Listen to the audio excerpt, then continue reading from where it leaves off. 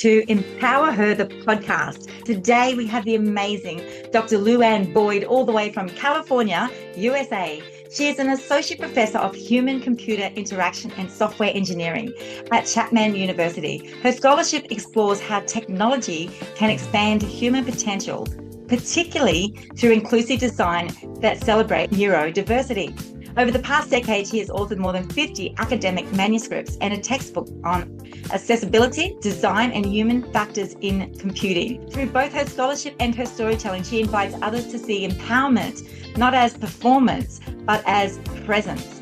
The courage to show up fully human, to design with compassion, and to lead from wholeness. Welcome to Empower Her, the podcast, where we speak to 22 authors from the book Empower Her. That it was launched around the world, big launch there in Dubai. And now we're doing a podcast with each of the authors because of what we have been told by people that have read the book. And so we get to go a little bit deeper. So wow, I'm so excited for this podcast today with you, LouAnne, especially since we met in America and then we met in Sydney. And your chapter is chapter 2 on page 22. Isn't that amazing? Chapter 2 on page 22. I wonder what those angel numbers are telling you. Wholeness in Motion is the title of the chapter. Leading through uncertainty. Like, I love this. Wholeness isn't what happens after we're healed. It's what carries us through the healing. And this is a direct quote from you. I'll just say it again. Wholeness isn't what happens after we're healed. It's what carries us through the healing. That's quite incredible. And so I'm going to ask you, LouAnne, feel free to say hi, but why did you choose this topic to write on? Oh, wow. That's yeah, it was really timing. So I was so delighted that I met you about a year ago at a writing retreat, where I was there to write as maybe a plan B if I didn't get tenure. So my life had been so focused on that, and I started a manuscript about my life. But then when you asked about writing for this book, what was going on with me in that moment was like another phase of my life. So I felt like I've spent so much time trying to get to a particular place and realizing you're not whole once you get there. Like even once I got tenure, you're already whole when you get there. So kind of realizing that it's, not to wait till you get somewhere, that you appreciate that you're already whole and things are going to keep happening and you're going to continue to be in motion. So you might as well really take a moment to realize the grandness of being all of yourself in every moment. I love that. So you are whole. We look to things. I know there's a lot of friends I know that keep going for the next award, a next award, a next award, but you are whole Yeah. with who you are right now, that wholeness in motion, waiting. I remember at the retreat, I was all holding our breath. Yeah. Will the tenure come through or not? Like, these are exciting moments in life. And if it didn't, you were still the same person. You were Yeah. still resourceful, knowledgeable, kind, caring, all those wonderful things. But yeah, it's those little tipping points in life that just go. But then another tipping point came that you weren't expecting. So let's go start right at the start of your chapter, the retreat. Tell us a little bit about that. Yeah, like we said, I had gone on all the way to the other side of the world to kind of process this transition, this tipping point I was at. And so I got to meet you and some other wonderful women. And although it's super exciting to be writing and doing something really creative and from the heart, I was anxious about waiting to hear this news. I knew I was going to get the news near the end of that trip. And so I didn't realize how big of a deal. I knew it was a big deal because I'd gone across the world to kind of prepare myself. But kind of getting that news was such a huge, huge moment. I know I cried. I probably cried several times that day. And just to have you all around me. And we had just really met as a collective that week, but the kind of Yeah. instantly being close and realizing that we all share so many of the same deep emotions and watching somebody else hope for something and dream for something, but also know like you're going to be okay regardless. But yeah, so that was a lot of emotions in one week. There's a That yeah. big power of collective and prayer. And what we're talking about, the Writers Retreat, is we do run Writers Retreats around the world. I love structure, pulling out those ideas, getting them in alignment, making that book flow, so you can just fill in the blanks. And so that's where we were at that time. And then you go on to Held in Circle C and Sisterhood. And that was that feeling of being together no matter what. I do believe we did jump in the ocean, though. We Yeah. were at one of the oldest settlements in Australia. We were at Q Manly Station, which was the quarantine station, and it has been decided that it has the most ghosts. It's been checked to have the most ghosts in Australia in this spot. So we did have some little things happening, and it was a ghost riders retreat. So I love how you speak about the tenure and the illusion of Mm, arrival, which mhm, is what you've mhm. touched on. Tell us a little bit more. Yeah, like I said, I had been holding my breath for so long, kind of holding back part of me to push forward this other part of me, like holding back my creative, that wasn't work related creative side, and putting everything on the line for kind of this job. Um, and just not knowing if I were going to get it or not, but putting everything into it. And then once I got it, there's that we got in the ocean and kind of the salt water just washed all that like stress away. And it's like, I've arrived, but then it's kind of like, wait, I was always here. Like it's just something in our head. Yeah. Yeah. And you have to go through it. Or I had to go through it to really realize yeah, once I got there, it was like, wait a minute, this isn't, I've always been here. Um, yeah. So that was just an amazing transition for me to be like, okay, everything's going to be fine and set, and it always has been, but I needed to kind of get there to know that. And then, of course, because I think I put everything into that idea of like, oh, I've arrived. Just a few months later, another upheaval in my life. Yeah, and so thinking that I had settled into like, okay, I'm set now. I've poured literally 10 years into getting this tenure at my university, and like, now I was going to be able to relax and kind of come down that hill. And just 2 months later, I got a stage 0 breast cancer diagnosis. So it was like, oh wow, okay, here we go again, another challenge and another thing to kind of that can make you really feel unsettled and lose your footing a little bit, but I don't know. I think that I handled much more gracefully, I think, because realizing that I was whole, that this was, nothing that was going to make or break me, that I was going to kind of, roll through it with the grace I really had learned and experienced back at Q Manley. Yeah, yeah. And just before we step into that, just to let our listeners know what the tenure means for you. Mm. Yeah, mostly job security. So as a PhD faculty that's a researcher at university, if I'm on a 2-year contract every 2 years, and then at the end of 6 years, they make a decision if they want to keep you for life or fire you. So it's kind of there's no in between. So to get that tenure, you have to put together a portfolio that shows that you are excellent in the world. The stage is the world. And so a lot of pressure, a lot of competition. At my university, I'm not competing for other people for my same position, but people write letters from across the world, kind of vetting your research and explaining if it's world stage research. So you don't know who's going to write the letters. You don't know you don't have control. Is the ultimate point. Yeah. Yeah. Wow. So just imagine that you work, for our listeners, in a job that you love, love, love. And every 2 years you have to apply, but by the sixth year, you may be kicked out and then needing to find work again. So it is a really big thing. It is that security. And so I can understand the pressure behind it. And I'm sure everyone listening has had moments in their life where they just had legs crossed, fingers crossed, everything, to whether it was a good health result, to whether it was a family member staying alive, to whether it was the Mm, job that they wanted. And yeah. so, all that goes, and the next minute, the world tilts again, not in your favor though, Yeah. saying about this diagnosis. And how did you feel in that moment when you first heard? I mean, really numb, kind of in shock, disbelief, kind of like the world, like, is in motion and it just stops for a minute and goes dark. And you kind of don't know where you are. You don't feel your body. You don't know. Like it's kind of almost a complete sensory shutdown.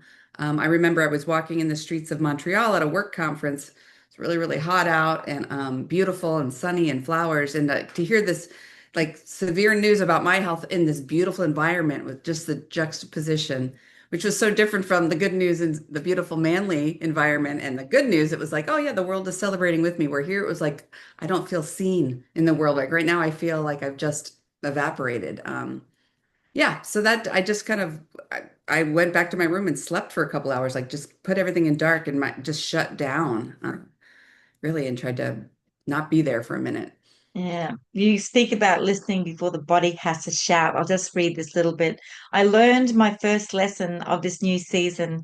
Listen for your body's wisdom before it has to shout. The whispers had been there all along. The exhaustion, the skipped meals, the voice that said rest. And I had drowned them in productivity. The diagnosis was the body's way of reclaiming its agency. And so healing as a form of leadership is where we sort of step into then. So how did you heal? Because I know there was multiple appointments. There was a lot that you needed to go through. Feel free to share any of that, but and then also start to share the light. Yeah.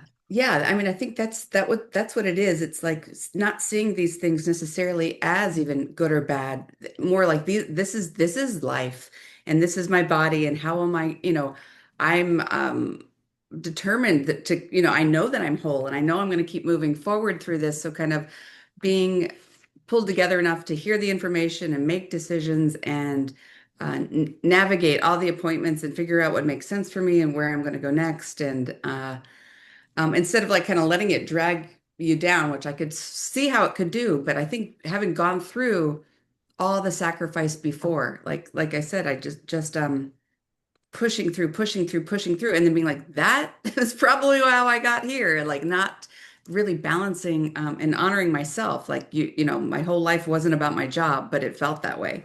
And so it's like my whole life isn't about this diagnosis and not to let it feel that way. It's like this is a gift to slow down, to focus, to get attached. I remember thinking, what if before I knew the level, what stage it was, if it were really bad, like wow, like that's somewhere between 7 and 10 days, you're just waiting for the biopsy to come back and like really evaluating your life. Like, okay, I'm 56. Am I gonna like, am I gonna be here for my kids? Like the whole like, and it makes you realize like this is an opportunity to stop and really evaluate everything you value and how I spent my time before, how many soccer games I missed to work on my dissertation, how many, like all the things I would tweak a little bit if I knew that things were going to change drastically. So I got to do all that changing and then without really a severe outcome. Like I'm healthy now. I had surgery and radiation and a little bit of anti-estrogen medicine. And it's like, okay, now I get it. Now I'm balancing because I know I have to honor my wholeness. Yeah. That's one of the big tricks of parenthood, I imagine, for fathers and mothers, you know, the fact that when we are, on our deathbeds or it's laid out in front of us, they Yeah. always say it won't be, gee, I wish I worked another hour in the office every day. Exactly. Exactly. you Yeah. know. Which I And for our listeners that are hearing this, it's really important to reset. And I know even in my business, if I found out a staff member had come to work and their children had a sports day on or something, I'd encourage them to leave, to go to it. Like you don't get those moments again. And I know it's not for all parents to want to go to a sports day or to want to do that. But the children love seeing you, whether they're top sports people or not. They can hold your hands.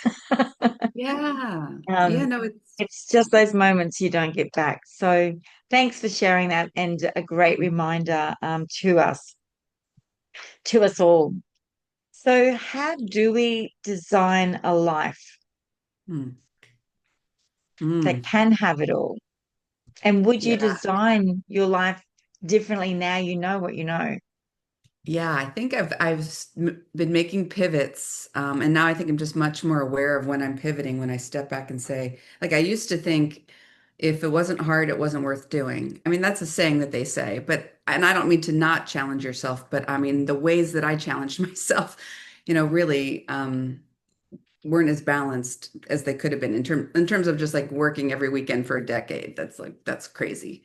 Um, so in designing a life that you want, it's like, why wait? Like I'm at an age now, I'm a decade out from retirement, and I keep thinking what I want to do when I retire. And I think the question is, design it now. What can I do now? Why am I waiting? Or why am I, putting everything in one bucket, basically? And I think that's the trick, is realizing as early as you can in life, kind of what you value and how to get that.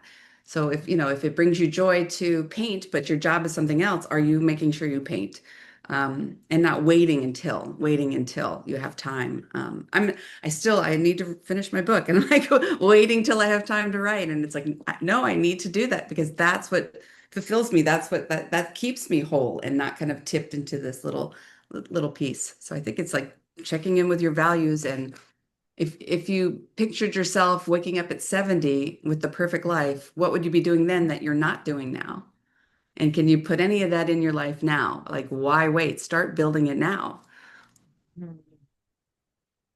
And so then the question still begs, would you design how would you design if you could go back 20 years? Would you design anything differently?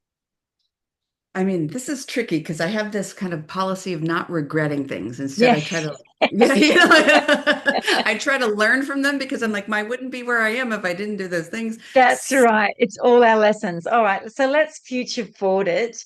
What are you Uh, designing for the next 10 years? Yeah, I think it is more of that, almost kind of like the masculine, feminine side of me, and like kind of this driven, action-oriented piece part of me that goes after ideas and has vision and is, making and creating and designing and making new frameworks, and then kind of the feminine energy that's more about kind of that soft, creative, replenitive, replenish, blah, blah, blah. um, the stuff that really nourishes you, the kind of the gentler moments that, so I think that that's kind of what I'm designing now, is like a lot more of this feminine energy that I realized I really squashed pretty much in almost every space of my life. Maybe not as a mom, but yeah, like that's, I should balance those a lot more. So I'm designing more for that and realize and honoring that, like, because I don't know if you know, but engineering is sort of a man's world. Yeah. Very much so, and especially in academia, and I like that energy. I like kind of the action oriented part, but I also, it's not all of me, and because because especially as a woman, we have this other energy that we often get suppressed, I think, at work, and I'm finding how to bring that out, like how to lead as a Yeah. woman. Isn't that interesting? Like my word for this year is grace. Oh, So initially I thought it might be to, give more grace, or perhaps I need to receive more grace, or just be more graceful. And I yeah. do think that in our life, uh, we have our children, things happen in marriages, we have to step up, we have to run businesses, we have to run homes, and so it's a real masculine energy. And to be able to step more into your feminine is is where we as women love to be, right? Oh my gosh, We don't, it's so much yes, easier. it's exciting pushing forward with things sometimes, but we still want to be able to be graceful as we do that. And some of the circumstances don't allow us to. And so Mhm. once we recognize it, we can sort of start to bring it back in. Is this who I'm meant to be? Am I doing what Mhm. it is that I'm Mhm. meant to be doing? And so, yes, so for me, grace is the big word for this year. Love that. Yeah. And look, let's face it, I was never graceful as a child. I would always run head first into everything. I would take on any challenge. So maybe I'm kidding myself. But let's see what happens this year. I think you're graceful. I think it is that giving. I mean, you give so much to people. I don't know if you even acknowledge how much. I mean, and to me, that's a form of grace. Like you open your heart, and that is grace. Yeah. Thank you. Now you're going to make me cry. I know, I know. It doesn't take much to get me. But I mean, I think in terms of designing, like you had asked, like I think especially even tying to engineering, when we're so focused about action and doing and creating, kind of in this linear fashion, what I want to bring in is more of this heartfelt focus, and doesn't necessarily mean to be emotional. That's not what I mean. It's more collective and understanding multiple perspectives and how we can do more together than kind of one person has to be right, kind of this hierarchical, more male kind of orientation where I think when women work together, that doesn't happen, at least when, they're Yeah. in a feminine space. So, And I mean, thank you for reminding me that I do have grace in many areas. you do I absolutely. just may not be graceful. And that's Well, okay. yes. I've lived Yeah. with that a long time. Right. You wrote in the book, there are mornings when I still wake up with the echo of fear. I think this is for everyone, but I've learned to greet it kindly. I light a candle on my dining room table before opening my laptop, a small ritual of presence. The flames flicker remind me that wholeness isn't static, it moves, it dances, it endures. And I really, really love that. I love the ritual of presence. So, as a conscious leader speaker, I always say your presence in the present truly matters. This is where the difference is. And a small ritual of presence. Maybe there's something that everyone can do, for themselves, because I truly believe in habits making a big difference. And I've been doing this 10-10-10, thanks to Shivani, where it's 10 minutes. I do a 10-minute morning meditation of gratitude. I do a 10-minute writing and a 10-minute reading. Actually, the reading goes in before the writing. Um, and, it's been great. The days I do it, and a friend of mine who I told about it, she said, Kat, the days I do it, they're really great. The days I don't do it, they're kind of just like, you know, just a day. And I Yeah. thought, isn't that interesting? Because when I traveled, it fell away on different time zones and all the different things that we're doing.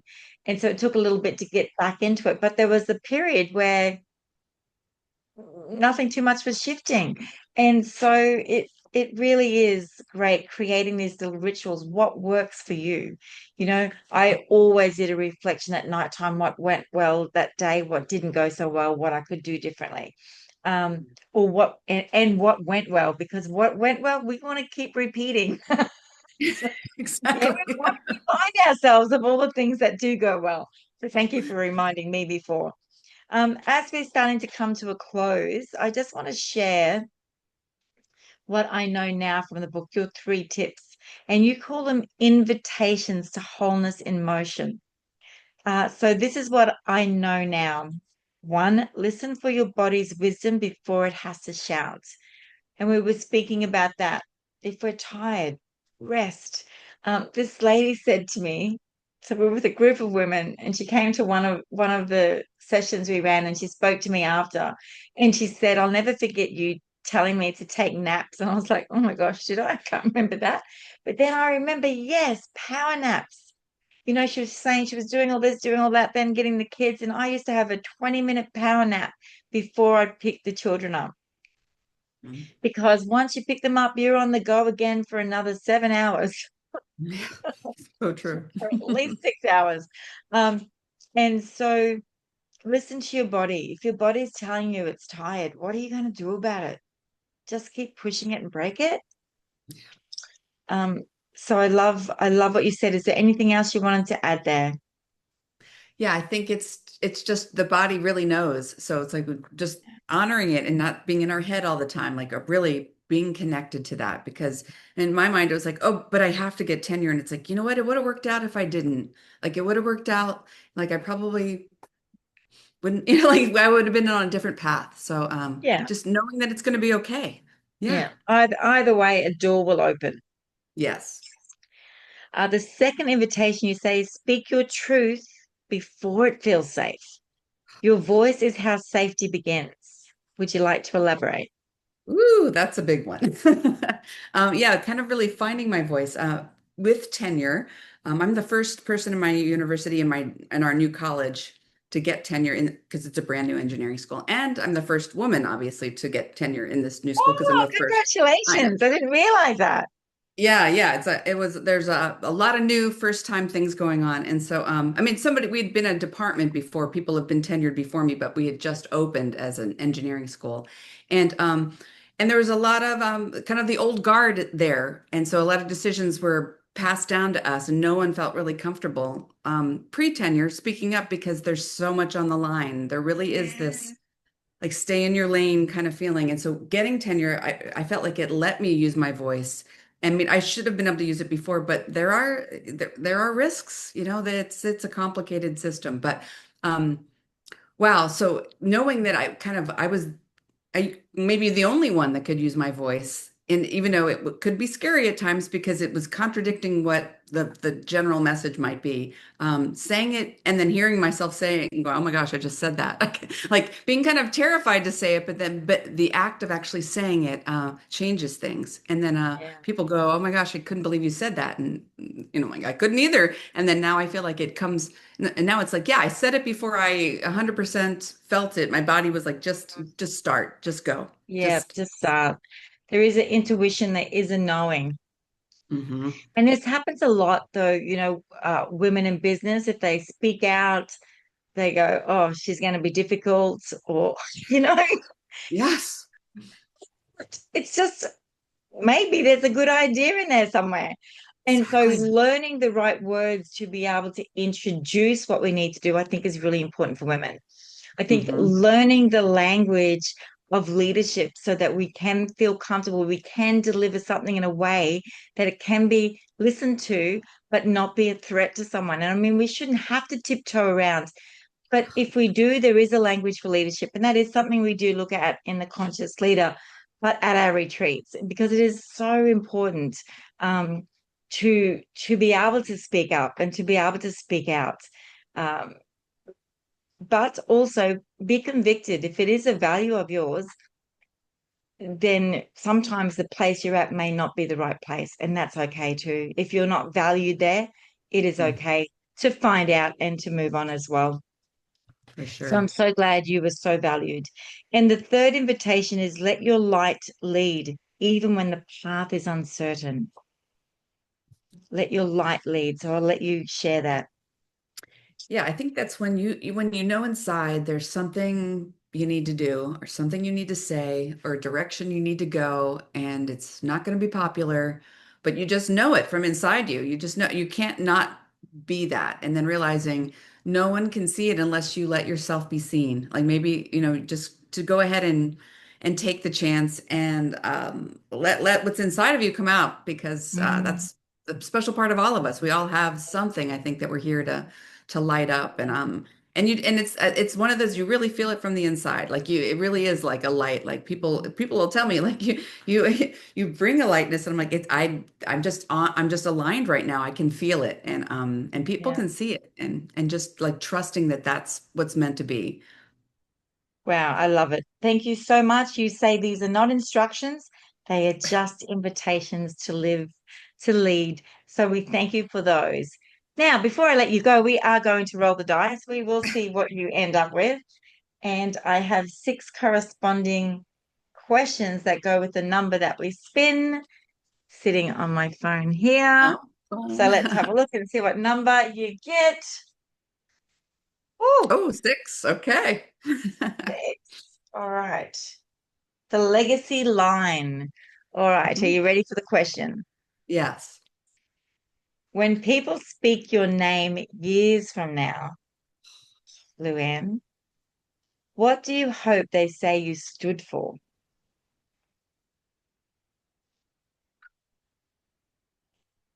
I'm going to say compassion.